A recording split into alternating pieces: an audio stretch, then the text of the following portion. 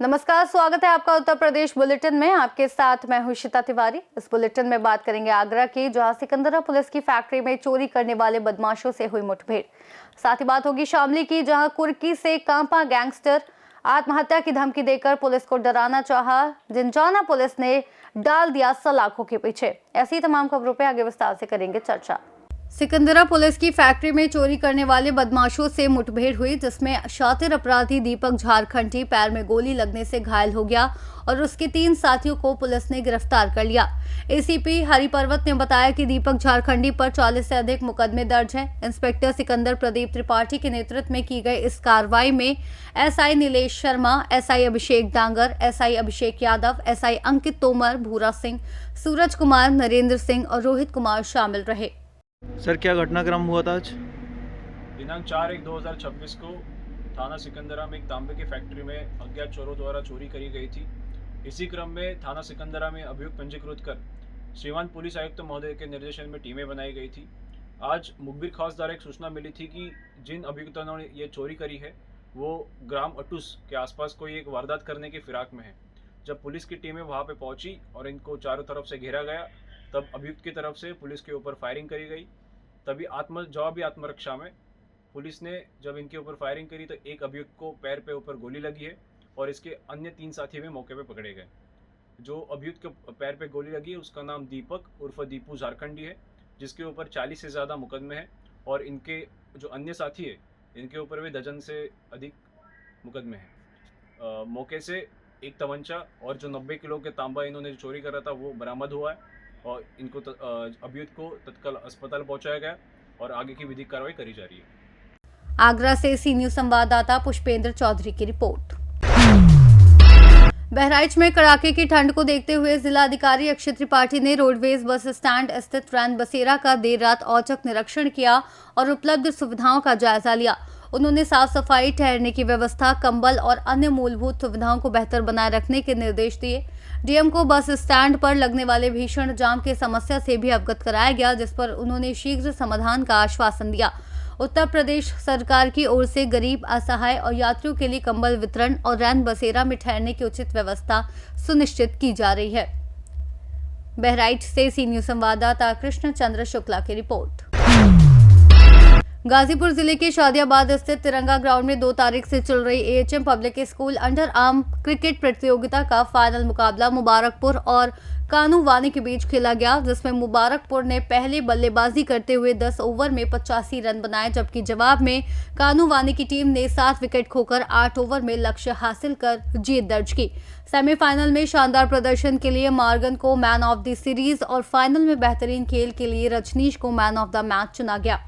Final में मुख्य अतिथि मनिहारी प्रधान, संघ अध्यक्ष अंशु सिंह, उपेंद्र यादव और डॉक्टर आर मौर्य ने विजेता व उप विजेता टीमों को ट्रॉफी व नगद पुरस्कार प्रदान किए। इस दौरान कड़ाके की ठंड के बावजूद हजारों दर्शक मैच देखने पहुंचे। चलिए बोलो, ऐसे ही बोलिए, पहले देखा जाए। क्या नाम है आपका? डॉक्टर उपेंद्र कुमार यादव, उप निदेशक केदार फौजदार पीजी कॉलेज गुरैनी, शादियाबाद गाजीपुर। आज शादियाबाद में क्रिकेट का आयोजन किया गया था, आज समापन था, क्या कहेंगे इसको लेकर? शादियाबाद में इस क्रिकेट प्रतियोगिता का बहुत ही शानदार और सफल आयोजन रहा और समापन अवसर पे आज हम देखा फाइनल मैच बहुत ही ज़बरदस्त और रुझानपूर्वक रहा। दोनों टीमों का रुझान जैसे इस स्थिति में बना हुआ था कि कब कौन सी टीम जीतेगी, और क्रिकेट का एक ऐसा गेम है जिसमें कहा नहीं जा सकता कि कब बाजी पलट जाए, और इस प्रकार से कनुआन की टीम ने विजेता, अंत में विजेता घोषित हुई। जीत के श्रेय किसको देंगे? बढ़िया बल्लेबाजी कौन किया है टीम में? किसी भी खेल को व्यक्तिगत किसी एक खिलाड़ी पे नहीं कहा जा सकता। किसी भी खेल को एक टीम वर्क के साथ खेलना जाता है और टीम वर्क के साथ किया गया कार्य या खेल हमेशा सफल होता है। और विजेता टीम ने, मैंने देखा, बैटिंग हो, बॉलिंग हो, कीपिंग हो, पूरे टीम में एक शानदार सामंजस्य था और टीम वर्क के साथ काम किया, खेला और विजेता बनी। क्या कहेंगे खेल प्रेमियों के लिए? मैं खेल प्रेमियों को कहूँगा कि शिक्षा के साथ साथ अपने प्रतिभा को, अगर कुछ बच्चे इंजीनियरिंग में जाना चाहते हैं, कुछ खेल में जाना चाहते हैं। क्रिकेट एक ऐसा खेल है कि जिसमें बच्चे अपने प्रतिभा के साथ अपने आप को निखार सकते हैं और अपना करियर बना सकते हैं। गाजीपुर से सी न्यूज संवाददाता हसन खान की रिपोर्ट। कन्नौज जिला जेल से 2 कैदियों के फरार होने के मामले में जिलाधिकारी आशुतोष एमपीएन अग्नोत्री ने कड़ा रुख अपनाते हुए इसे बंदी रक्षकों की बड़ी चूक बताया है और विस्तृत जांच पर दोषियों पर कार्रवाई की बात कही है। चोरी के आरोपी अंकित और पॉस्को एक्ट के आरोपी डिम्पी जेल की दीवार फांद कर फरार हो गए, जिनकी तलाश में 2 डिप्टी जेलर सहित कई थानों की पुलिस टीमें लगाई गई हैं। पुलिस अधीक्षक विनोद कुमार ने जेल सुरक्षा की गहन पड़ताल कर आवश्यक निर्देश जारी किए हैं। वहीं जेल प्रशासन के नए साल के जश्न में डूबे होने की चर्चा भी सामने आ रही है, जिससे सुरक्षा में लापरवाही की आशंका जताई जा रही है। क्या मामला था? आज जेल तो कैदी भागे हैं आप? आज ये सूचना मिली कि जिला जेल कन्नौज से 2 कैदी दीवार फांद कर निकल गए हैं, बाहर भाग गए हैं। इस संबंध में मैंने और एसपी साहब ने निरीक्षण किया है। ये 2 कैदी थे, एक जून से बंद था और एक अभी दिसंबर में आया हुआ था। और इस संबंध में जेल की ओर से FIR दर्ज कराई जा रही है। दोषी जो भी बंदी रक्षक है उनके खिलाफ कड़ी कार्रवाई हो रही है। साथ ही साथ एसपी साहब की तरफ से पुलिस टीमें भी लगा दी गई हैं, जो कि भागे हुए कैदियों को लगातार ढूंढ रहे हैं, सर्च कर रहे हैं। पे कोई निगरानी नहीं होती है, खाली पड़े क्या इसमें लापरवाही बरती गई है? देखिए, प्रथम दृष्टया जो ड्यूटी पर बंदी रक्षक थे उनकी लापरवाही प्रतीत होती, जिसके लिए उनके खिलाफ भी कार्रवाई की जा रही है। और एक जानकारी निकल के आ रही, जिला जेल में नई साल की पार्टी चल रही थी, पूरा प्रशासन पार्टी में मस्त था। ये जो घटना हुई है, सूत्रों से जानकारी निकल के सामने आ रही है। इस संबंध में भी कोई सूचना हम लोगों को नहीं मिली है कहीं से। और आज चूंकि 5 तारीख है, घटना आज की ही है, तो इसलिए इस समय तो कोई ऐसा माहौल नहीं दिख रहा था कि यहाँ पर कोई पार्टी हो रही थी। लेकिन हाँ, निश्चित रूप से बंदी रक्षक के स्तर पर चूक हुई है, लापरवाही हुई है। जो ड्यूटी पे थे, अगर उनके सामने से निकल गया तो ये लापरवाही है, कार्रवाई होगी। बंदी कैसे भागा? ये दीवार थी, दीवार के ऊपर जो अभी देखा जा रहा है उसके हिसाब से चादर बिछाते हैं लोग, कैदी लोग, उसको उन्होंने रस्सी बनाई है।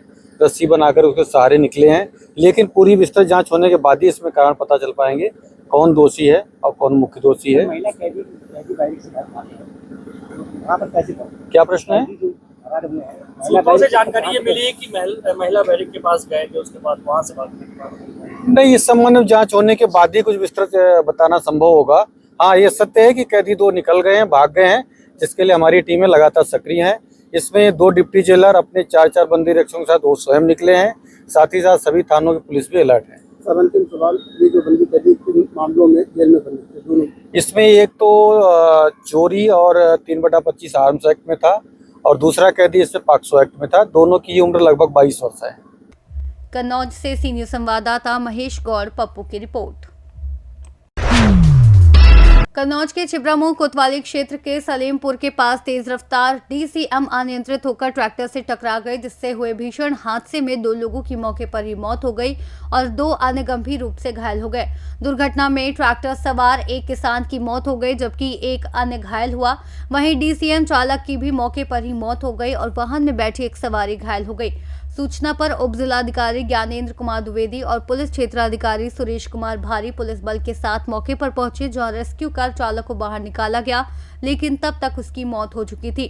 पुलिस ने घायलों को एम्बुलेंस से सौसैया अस्पताल में भर्ती कराया, जहां एक की हालत गंभीर होने पर तिरवा मेडिकल कॉलेज रेफर किया गया। कन्नौज से सी न्यूज संवाददाता महेश गौड़ पप्पू की रिपोर्ट। नोएडा के थाना फेज 1 पुलिस ने 2 पहिया वाहन चोरी करने वाले गैंग का पर्दाफाश करते हुए 4 आरोपियों को गिरफ्तार किया है, जिनमें कबाड़ी का काम करने वाले उस्मान और उल्मा नाम के 2 सगे हमशक्ल भाई भी शामिल हैं। पुलिस के अनुसार दोनों भाई एक जैसे कपड़े पहनकर पुलिस को गुमराह करते थे, जहां एक भाई वाहन चोरी करता था जबकि दूसरा कबाड़ी की दुकान पर मौजूद रहता था। आरोपियों के कब्जे से 15 2 पहिया वाहन बरामद किए गए हैं, जिन्हें वे टुकड़ों में काटकर बेच दिया करते थे। ये कार्रवाई थाना फेज 1 पुलिस द्वारा की गई, जिसे कमिश्नरेट गौतम बुद्ध नगर पुलिस का सराहनीय कार्य बताया जा रहा है। इनका खुलासा किया, क्या है पूरा मामला बताएंगे आप? जनपद गौतम बुद्ध नगर में अपराधियों के खिलाफ लगातार अभियान जारी है। इसी क्रम में सीपी मैम के निर्देशन में एडीसीपी नोएडा और एसीपी के नेतृत्व में तमाम टीमें बनाई गई हैं, जो लगातार क्षेत्र में जो वाहन चोरी है, स्नेचिंग है, इन सभी घटनाओं को अनावरण करने के लिए लगातार टीमें काम कर रही हैं। इसी क्रम में फेज 1 की थाना पुलिस और स्वाट और सर्विलांस की टीमें लगाई गई थी, जो लगातार क्षेत्र में हो रहे वाहन चोरी गैंग का खुलासा किया गया है।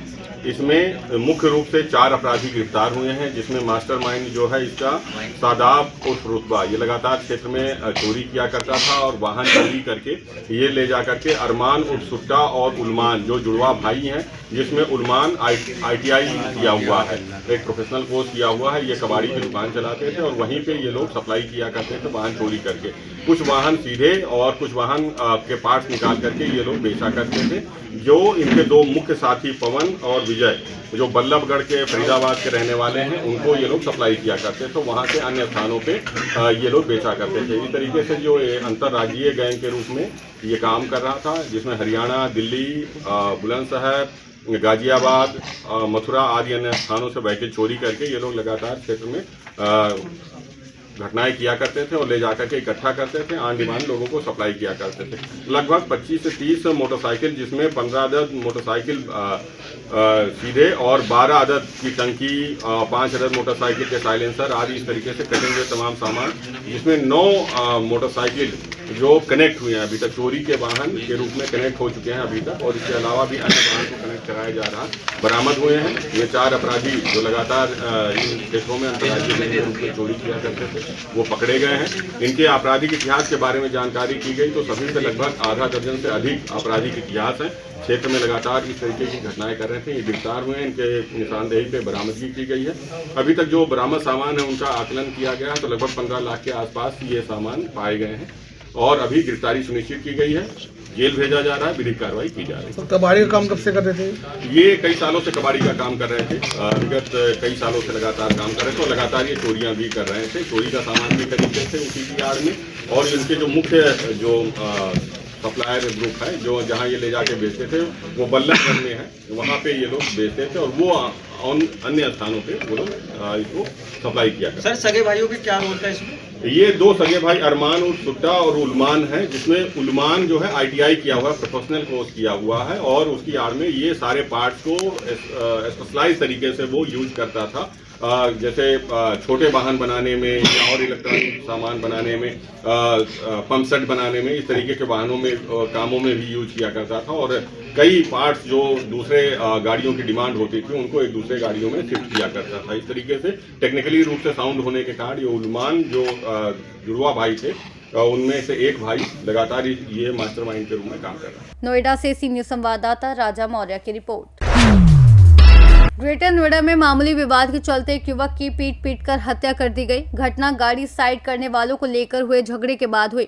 पुलिस ने इस मामले में 2 आरोपियों को हिरासत में लिया है और आगे की जांच जारी है। दादरी थाना क्षेत्र के कैमराला गांव निवासी हरकेश अपने दोस्त मोहित के साथ ग्रेटर नोएडा से गांव लौट रहा था। कैमराला के पास कुछ युवक क्रिकेट मैच के बाद शराब पी रहे थे और उन्होंने सड़क पर गाड़ी खड़ी कर रखी थी। हरकेश ने उनसे गाड़ी हटाने को कहा, जिसके बाद विवाद शुरू हो गया।